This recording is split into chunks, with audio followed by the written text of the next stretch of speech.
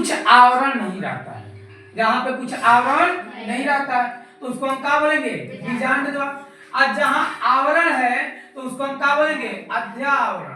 क्या बोलेंगे, अध्यावरण। अध्यावरण जो होता है इसको हम दो भाग में बांट देते हैं, एक वायुचोल और एक अंतःचोल। वायुचोल को आप क्या बोलते हैं, एक्सटाइन। अंतःचोल को क्या बोलते हैं, इंटाइन। वायुचोल किसका बना होता है, स्पोरोलेनिन का। अंतःचोल पेक्टोसेलुलोज का। ठीक, अब आइए ये बीजांड जो इस पूरे बीजांड का जो भाग होता है जहां आकर ये जुड़ता है किससे, नाभिका से। किससे, नाभिका मतलब हिलूम, मतलब हिलूम जिससे जोड़ता है उसे हम क्या बोलेंगे, बीजांड वृंद। क्या बोलेंगे, बीजांड वृंद। अब चलिए इस वाले भाग को देखिए, पूरा वाला ये जो भाग दिख रहा है बच्चा, इसको क्या बोलते हैं हम, बीजांड काय यानी न्यूक्लियस। क्या बोलेंगे, बीजांड काय यानी न्यूक्लियस। मतलब ये पूरा जो भाग है इसको हम क्या बोलेंगे, बीजांड काय। अब देखिए बीजांड काय जो होता है ये पूरे आवरण से क्या होता है बच्चा, ढका हुआ होता है, एकदम ढका हुआ, चारों ओर से घिरा हुआ। और इसके बीच में कोशिकाओं की क्या पाई जाती है, पुंज। कोशिकाओं की पुंज, जिसे हम कहेंगे क्या, आरक्षित आहार सामग्री। आरक्षित आहार सामग्री किसका, बीजांड काय का। अब चलो भ्रूण कोश, इसका ये जो भाग है इसको बोलते हैं क्या हम, भ्रूण कोश यानी एम्ब्रियो साइट। क्या बोलेंगे, एम्ब्रियो साइट यानी भ्रूण कोश। भ्रूण कोश क्या है, भ्रूण कोश क्या है, तो सीधा सीधा से एम्ब्रियो साइट इज मादा युग्मक बीज बीजांड काय में क्या होता है स्थित, यानी जो भ्रूण है उसको हम क्या बोलते हैं, मादा का युग्मक भीद है। मादा का क्या है, युग्मक भीद। कहाँ स्थित होता है, बीजांड काय में। कहाँ स्थित होगा, बीजांड काय में। अब कहें कि भाई गुरु बीजाणु जनन क्या है, गुरु बीजाणु जनन क्या है, यानी मेगा स्प्रोजेनेसिस। मेगा स्प्रोजेनेसिस। अब देखो गुरु बीजाणु जनन, जब गुरु बीजाणु बनेगा तो बनने की ही प्रक्रिया क्या कहलाएगी, गुरु बीजाणु जनन। कैसे बनेगा तो समझ लें यहां से, यानी पहले हम ले लेते हैं क्या, एमएमसी माइक्रो स्पोर ना, क्या है माइक्रो, ठीक है, क्या है यहाँ पे, मेगा स्प्रो मदर से, मेगा एमएमसी। क्या बोलेगा बच्चा, एमएमसी। अब इस एमएमसी में क्या है या द्विगुणित। क्या बच्चा, द्विगुणित। द्विगुणित मतलब दोनों गुण ना, द्विगुणित। इनमें कौन सा विभाजन होगा, अर्धसूत्री। जब बोलते रहेंगे तो याद हो जाएगा। कौन सा विभाजन बच्चा, अर्धसूत्री। अरे भाई कोगोवा एगो, कोगो एगो, यह का एमएमसी मदर से ले, क्या है, मदर से, मेगा स्प्रो मदर से, एमएमसी में कौन सा विभाजन किए, अर्धसूत्री। और जब भी अर्धसूत्री विभाजन होता है तो कितने बनते हैं, चार। गुरु बीजाणु चतुष्क, गुरु बीजाणु चतुष्क। आई बेचारा अगुणित है, ये क्या है, अगुणित। है का बाबा, द्विगुणित, है का अगुणित। और एम्मा जब विभाजन होता है तो तीन गो, कगो तीन गो, 1 2 3, अपभ्रष्ट मतलब क्या हो जाता है, खत्म, नष्ट। तो बचेगा कगो एगो, और जो एक बच गया वह क्रियाशील हो जाता है। क्या हो जाता है, क्रियाशील। ऐसी को बोलते हैं कार्यशील गुरु बीजाणु। लेकिन ये ध्यान दीजिए ये है द्विगुणित, और जो बन रहा है वो क्या है, अगुणित। क्या बच्चा, अगुणित, ठीक है। अब चलो यहां देख लो, गुरु बीजाणु मातृकोशिका, गुरु बीजाणु मातृकोशिका एमएमसी से गुरु बीजाणुओं की रचना का प्रक्रम, एमएमसी से गुरु बीजाणुओं की रचना का प्रक्रम क्या कहलाता है, गुरु बीजाणु जनन। क्लियर हुआ, मतलब हम ये कह रहे हैं कि एमएमसी में जीवन प्रक्रिया हुई उसे क्या बनी, गुरु बीजाणु। क्या बनी बच्चा, गुरु बीजाणु। ये प्रक्रिया का कहला, गुरु बीजाणु जनन। क्या कहे, गुरु बीजाणु जनन। अब आइए बीजांड काय के जेमा भ्रूण कोश रहल, जेमा का रहल, भ्रूण कोश। तो बीजांड काय के बीजांड द्वारी क्षेत्र जहां आवरण नहीं पाया, बीजांड द्वारी क्षेत्र में प्रायः कगो एक प्रायः एक अकेली गुरु बीजाणु मात्र कोशिका, मतलब हम जिसको बार बार कह रहे हैं क्या, मेगा स्प्रो मदर सेल MMC पाई जाती है। कगो एक लिखा है, प्राय कगो एगो अकेली, एगो अकेली, लेकिन है अकेली, लेकिन है कैसी, द्विगुणी। कैसा है, द्विगुणी। अब चलो MMC में केमा हो, MMC है ना, एमा कौन विभाजन में बचवा, अर्धसूत्री। कौन सा, अर्धसूत्री। और जब विभाजन होता है ना हो तो कगो बन जाता है, चार गो, कगो चार गो। और जो चारों बनता है वो क्या होता है, अगुणित। क्या होता है, अगुणित। अगुणित में अब देखो कौन, अधिकांश पुष्पीय पारकों में, अधिकांश एक से अधिक में एक गुरु बीजाणु कार्यशील ही रहता है, सब में। कभी कभार जबकि कहीं एकाध में क्या होता है, तीन अपभ्रष्ट हो जाते हैं। क्या हो जाते हैं, तीन अपभ्रष्ट। तो तीन को अपभ्रष्ट हो गए तो बचा बाकी नहीं, बचा है, तो जो बचा है वही क्या है, कार्यशील है। ऐसे को हम क्या बोलेंगे, गुरु बीजाणु हो गए, गुरु बीजाणु जनन। जब एगो बच गया है तो अब वह धीरे धीरे क्या करेगा बच्चों, विकास। क्या करेगा, विकास। तो ये तो बना किससे, माता से। कहां से बना था, मादा से, मतलब MMC। चलो भ्रूण कोश मादा युग्मक भीद का क्या होगा, विकास होगा। अब कैसे वो बढ़ता है धीरे धीरे, इसका हम लोग अध्ययन करते हैं। ठीक, पहली चीज जो एक बचा था कार्यशील, तीन खत्म हो जाने के बाद जो एक बीजाणु बचा है ना, जो क्या है, कार्यशील है लेकिन अगुणित है। कैसा है, अगुणित। कार्यशील बीजाणु गुरु बीजाणु से भ्रूण कोश बनने की विधि, बनने की विधि का कहाला एक बीजाणुज विकास, एक बीजाणु विकास, यानी मोनोस्पोरिक डेवलपमेंट। मोनोस्पोरिक डेवलपमेंट यानी एक बीजाणुज विकास कहलाता है। कब, जब भाई एगो कार्यशील गुरु बीजाणु है ना, धीरे धीरे क्या हुई, बढ़ी, तो केमा बदल गई, केमा बदल। अब भ्रूण कोश में जो बदलने की जो का है विधि, का है विधि, ओके, का बोलबो तुम, मोनोस्पोरिक का डेवलपमेंट, मोनोस्पोरिक डेवलपमेंट। अब चलो कार्यशील, कार्यशील गुरु बीजाणु का केंद्रक तीन मुक्त केंद्रकीय, कगो तीन, एकदम याद करियो, कगो तीन, केवना में मुक्त केंद्रकीय, मुक्त मतलब स्वतंत्र, मुक्त मतलब स्वतंत्र, समसूत्री विभाजन से। कितना विभाजन, समसूत्री। कगो केंद्र बनाई 8, कगो 8, ठीक, यानी 8 गो का बना दिया, न्यूक्लियट। का बना दिया, न्यूक्लियट मतलब केंद्र की, न्यूक्लियट मतलब केंद्र की अवस्था का क्या कर देगा, निर्माण कर देगा, इसका अवस्था। इसके बाद कोशिका भित्ति का क्या हो जाएगा, निर्माण, कोशिका भित्ति का क्या हो जाएगा, निर्माण। अब चलो जो संरचना है देखिए, ये वाला है संरचना दिख रही है, ऊपर वाले कितनी केंद्रिका कितनी बनती थी हमारी, 8। कितनी बनी थी, 8। कितनी बनती, 8। तीन मुक्त केंद्रिका समसूत्री विभाजन से कितने केंद्र की बने, 8 बने थे ना। अब 8 में होगा का, तीन कहां चले जाएंगे, ऊपर। कहां चले जाएंगे, ऊपर, जिन्हें हम बोलते हैं प्रतिमुख कोशिका। क्या बोलते हैं, प्रतिमुख कोशिका। आज जो तीन नीचे आ जाते हैं बचवा, तीन तो कहां जाते हैं, नीचे। उसमें से जो बीच वाला है, कहां वाला, बीच वाला, उसको क्या बोलेंगे, अंड कोशिका, यानी इग से। क्या बेटा, इग से। अब उसके दोनों बगल जो हैं उन्हें हम क्या बोलेंगे, सहायक कोशिका। क्या बोलेंगे, सहायक। अब बताओ, तीन ये और तीन ये कितने हो गए, 6। ये तो बीजांड द्वार हो गया। अब बीजांड द्वार के कहां है, विपरीत, बीजांड द्वार के विपरीत कौन, प्रतिमुख। ये वाला क्या हो गया, एक अंड कोशिका बीच वाला, दो क्या, सहायक। बचे कितने हैं, 2। कितने बचे हैं, 2। उन्हें हम क्या बोलेंगे, ध्रुवीय केंद्रक, पोलर न्यूक्लियर। क्या बोलेंगे, पोलर न्यूक्लियर मतलब ध्रुवीय केंद्रक। अब देखिए संरचना कैसी होगी, अंड उपकरण, एक अपार्टमेंट ना, बीजांड द्वारी सिरे पर एक अंड, कगंड एक दिख रहा है, ठीक। कोशिका प्लस कितनी सहायक कोशिकाएं, 2।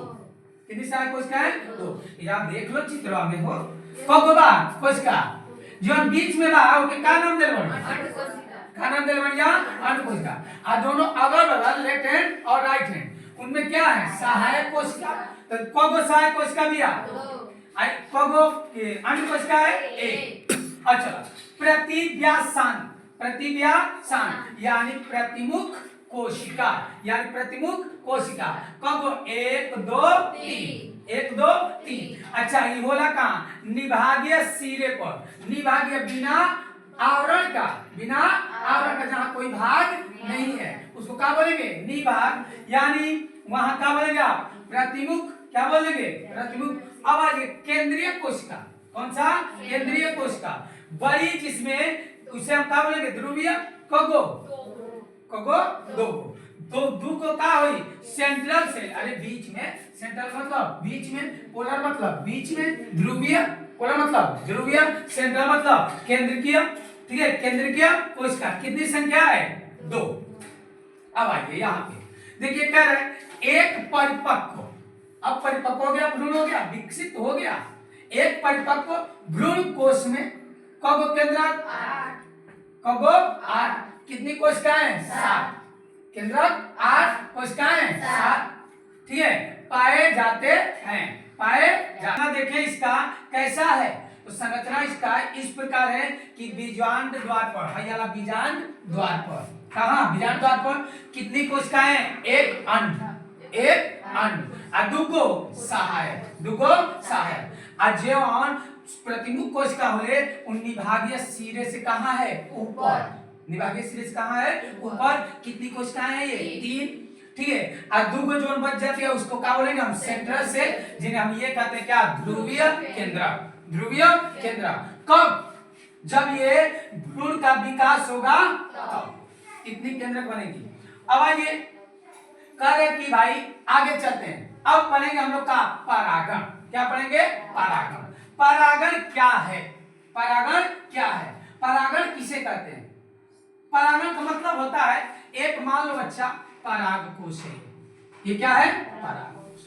ठीक, परागकोश में क्या पाए जाते हैं? परागकण। क्या पाए जाते हैं? परागकण। ये परागकोश है जो वो नर का एक भाग होता है, नर का एक क्या होता है? भाग, जिसे एंथर बोलते हैं। क्या बोलते हैं? एंथर, याद कीजिएगा। और अब समझो बात, ये एंथर और फिलामेंट करते क्या है? जब इनसे परागकण निकलकर, परागकण निकलकर निषेचन के निषेचन करने के लिए उसी पुष्प, मान लो 2 हम पुष्प बना लेते हैं, क्या बना लिए? 2 पुष्प। ठीक, अब इस पुष्प से निकलकर दूसरे पुष्प, दूसरे पुष्प के वतिकाग्र, कहां बच्चा? वतिकाग्र। कहां पहुंचेगा? वतिकाग्र। जैसे ठीक, वतिकाग्र पर क्या हो जाएंगे? पहुंचेंगे। तो जब पहुंचने की जो प्रक्रिया है उसको हम क्या बोलेंगे? परागण।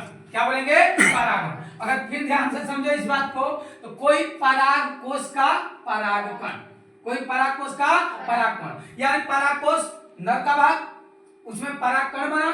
अब वह पराग कहां जाएगा? परागकण कहां जाएगा? स्त्री केसर के, स्त्री केसर के कहां? वतिकाग्र। कहां? वतिकाग्र। जो पहुंचने की प्रक्रिया है उसी को हम क्या बोलेंगे? परागण, यानी पोलेशन कहते हैं। क्या बोलते हैं? पोलेशन। चाहे वो अपने खुद के पौधे पर या कोई दूसरे के पौधे पर, कहां पहुंचेगा? वतिकाग्र। कहां? वतिकाग्र। वतिकाग्र होता क्या है? स्त्री केसर का एक भाग होता है जो पुष्प के सबसे ऊपर भाग होता है। कहां होता है? ऊपर। अब देखो कह रहा कि पराग कणों का पराग कोश से, बोले थे ना, पराग कणों का पराग कोश से कहां जाएगा? स्त्री केसर। कहां? स्त्री केसर के किस भाग पर बच्चा? वतिकाग्र। कहां? वतिकाग्र तक आस्थानांक पहुंचने की प्रक्रिया का कहलाएगा? पोलिशन, यानी परागण। क्या बोलेंगे? परागण। समझ में आई हो? क्लियर है? ठीक, यानी परागकोश से क्या बनेगा? बोलो बोलो, परागकोश से क्या बनेगा? परागकण। क्या बनेगा? परागकण। यह परागकण कहां जाएगा? स्त्री केसर के वतिकाग्र, स्त्री केसर के वतिकाग्र। चाहे वो अपने खुद का पुष्प या अपने जाति का हो या किसी दूसरे पौधे के जाति पर अगर जाता है तो आप क्या बोलेंगे उसे? समझ में आया? क्या बोलेंगे? परागण। समझ में आई? क्लियर बात है? आप परागण को इंग्लिश में आप क्या बोलते हैं बच्चा? क्या बोलते हैं? पोलिनेशन। अब देखिए आवश्यक क्यों है, क्वेश्चन हो रहा है कि आवश्यक क्यों भैया, क्यों परागण जरूरी है? क्योंकि पुष्प पादपों में क्या पाया जाता है? नर और मादा। ये तो बात सही है, नर और मादा। और दोनों नर और मादा युग्मक के दोनों क्या होते हैं? अचल होते हैं। कहने परागण क्यों होता है? अरे भैया इसलिए होता है क्योंकि पुष्प के पादपों में कितने अंग पाए जाते हैं? दो, एक नर और दूसरा एक पुंकेसर, दूसरा स्त्री केसर, एक पुमंग और दूसरा जायान। एक पुमंग एक जायान। क्यों करते हैं हम परागण? क्योंकि दोनों में युग्मक होते हैं, जो क्या होते हैं? युग्मक जाइगोट, वो क्या होते हैं? अचल। क्या होते हैं? अचल। अब चलिए, अतः निषेचन के लिए, फर्टिलाइजेशन के लिए दोनों युग्मकों को, दोनों युग्मक मतलब एगो नर का एगो मादा का, दोनों युग्मक को एक साथ लाना क्या है? आवश्यक है। तब हम परागण करते हैं। कोई जरूरी नहीं है परागण भाई, अगर परागण ना करो तो नया किस्म निकलेगा क्या? नहीं। उनकी पीढ़ी दर पीढ़ी बढ़ेगी क्या? नहीं। अब इसलिए हम कराते हैं क्योंकि फूल में, पुष्प में कितने अंग होते हैं? दो, एक पुंकेसर और दूसरा स्त्री केसर। और दोनों में क्या बनते हैं? युग्मक। और दोनों को मिलाने के, दोनों युग्मकों को एक साथ क्या किया सके? परागण हो सके। परागण इस उद्देश्य की प्राप्ति के लिए प्रक्रम है। इस उद्देश्य की प्राप्ति के लिए क्या है? प्रक्रम है, प्रोसेस है। पौधे इस कार्य के लिए वाह्य कारक का करते हैं? उपयोग करते हैं। मतलब सीधी सीधी बात है, हम परागण इसलिए कराते हैं कि कम से कम पौधों में क्या हो सके? फर्टिलाइजेशन। एक निषेचन हो, और जब निषेचन हो तो एक नया पौधे का क्या हो? निर्माण हो पाए। पौधे का क्या हो? निर्माण हो। अब चले कह रहे कि भाई देखो, परागण तो हो गया, किसे कहते हैं? परागण के प्रकार कौन कौन होते हैं? परागण होता कैसे है, किस प्रकार होता है? तो परागण स्रोत के आधार पर देखा जाए तो दो प्रकार के होते हैं। कितने प्रकार के? दो। किसके आधार पर? स्रोत के आधार पर। पहला स्वपरागण और दूसरा पर परागण, यानी स्वपरागण सेल्फ पोलिनेशन। क्या होगा बाबू? Self pollination. अब चित्र में थोड़ा सा समझ लेते हैं। ये देखिए हमारा कोई पुष्प है, क्या बाबू? पुष्प। अब इस वाले भाग को देखिए, इस वाले भाग को देखो बच्चा, ये क्या है? परागकोश। ध्यान से देखिएगा, ये क्या बच्चा? परागकोश। अब परागकोश में हमने अभी बताया ना क्या बनता है? परागकण। क्या बोल रहे हैं आप लोग? परागकण। हई वाला भाग क्या है? वतिकाग्र, है ना? अगर हई वाला भाग यहाँ ट्रांसफर हो जाएगा, अब वह उसी जाति का हो, उसी पुष्प का हो, यानी दूसरे भाग पर, यहां से कहां चला जाएगा? यहां से कहां चला जाएगा? यहां। दूसरे पे नहीं जा रहा, उसी पुष्प में। जो पुष्प भाग ओकर दो तीन गो है ना ढंग, है ना? अच्छा मान लो एगो है फिलामेंट, एगो है फिलामेंट, हो गई। तो हे ऊपर तो परागकोश बा, हे ऊपर परागकोश बा, हे ऊपर वतिकाग्र बा, हे ऊपर का बा? स्टिग्मा। अगर ये आपका, ठीक है, जो स्टेमेन है, परागकोश है, उससे परागकण निकले तो कहां पहुंचेंगे? स्टिग्मा पहुंचेंगे ना। तो क्या इन्होंने पौधा बदला? नहीं बदला। और जब नहीं बदला तो उसी जाति का होगा, कंफर्म उसी पौधे का होगा। और जब उसी पौधे का है तो उसको क्या बोलेंगे आप? क्या बोलेंगे? स्वपरागण, यानी सेल्फ पोलिनेशन। क्लियर है? यहाँ पे क्लियर है? यानी हम कहने का मतलब हमारी है, अगर कोई पुष्प है, अगर अपने ही पुष्प के, अपने ही जाति के परागकोश से परागकण निकलकर अब उसी जाति, उसी पुष्प के वतिकाग्र पर क्या हुए? पहुंच गए, हम क्या बोलेंगे? स्वपरागण। अगर वो है कहीं दूसरा पर चल गई तो क्या बोल रहे हो जी? फटाक से पर परागण। क्या बोलो जी? पर परागण। सेल्फ, स्वयं। सेल्फ मतलब स्वयं। अरे हमने ना बोले स्वपोषण, पर पोषण। स्वपोषण का मतलब जो अपने आप ना अपने आप का बनता है, भोजन बनता है प्रकाश संश्लेषण, तो यो तो अपने आप में कर रहा है, ये भी तो अपने आप स्थानांतरण कर रहा है, किसका, पराग कण का। और जब अपने जाति पे खुद होगी तो उसको क्या बोलेंगे, स्वपरागण। क्या बोलेंगे, स्वपरागण। देखो एक ही पुष्प के अंदर, पूरी बात क्लियर है, एक ही पुष्प के अंदर पराग कोश से, किसे, पराग कोश से क्या निकली, परागकण। क्या निकलेगा, परागकण। कहां से निकलेगा, परागकोश से। कहां निकलेगा, परागकोश। और कहां जाएगा वो, वर्तिकाग्र। कहां जाएगा, वर्तिकाग्र। क्या होगा उसमें स्थानांतरण, परागकणों का, किसका, परागकणों। तो उसको क्या बोलेंगे आप, स्वपरागण। क्लियर है वो। सेल्फ पोलिशन क्लियर है आप। विमुक्त यानी कोई उसमें बाधा न हो, समकालिक आवश्यक है, कोई उसमें बाधा नहीं होना चाहिए, तब हम कर सकते हैं क्या, परागण। अगर परागण होगा नहीं होगा। तीसरी करे की जो स्वपरागण है वह दो प्रकार का होता है। यहाँ से डायरेक्ट वहां पे जाएगा या इसके ये जो अंदर से जाएगा, नहीं, यहाँ से आप डायरेक्ट नहीं जा सकते, ये दिखाया गया है केवल ना, आपको ये क्या किया गया है, केवल दिखाया गया है, ठीक, इसको क्या किया गया है, केवल दिखाया गया है। अब स्वपरागण कितने प्रकार के हो जाएंगे, दो, एक स्वयुग्मन, एक स्वयुग्मन और दूसरा सजातीय पुष्प परागण, ठीक। अब चलो सजातीय वाले में देख लें। एक ही पादप, कब पादप, एक पुष्प से दूसरे पुष्प के कहा, वर्तिकाग्र तक परागकणों का क्या होगा, स्थानांतरण, किसका, परागकणों। तो उसको क्या बोलेंगे, सजातीय। क्या बोलेंगे, सजातीय। अरे अपने जात की भैया, किसकी, अपनी जात की, ठीक है। तब परागकणों का क्या होगा, यह क्रियात्मक रूप से पर परागण है, पर परागण ये है, क्योंकि कारक इसमें क्या है, शामिल है, भेजने के लिए कारक क्या है, शामिल है, पर आनुवांशिक रूप से इसको क्या बोलते हैं हम, स्वनियुग्म जैसा लगता है भेजने के लिए तरीका अपनाए हैं हम, जाएगा लेकिन मानेंगे नहीं। क्यों, क्योंकि कहां जा रहा है, अपने ही पुष्प पर जा रहा है ना, अपने ही जाति पे जा रहा है ना, तो इसके लिए क्या बोलेंगे हम, स्वयुग्म बोलेंगे। दूसरे पे जाता तो देखता। चलिए इसमें देखो कुछ पौधे होते हैं जैसे बायोला, क्या है, बायोला, ऑक्जेलिस और कोमिलीना, क्या है, कोमिलीना, दो प्रकार के क्या होते हैं, पुष्प उत्पन्न होते हैं, ठीक। और इसमें एक आता है उन्मिल परागणी।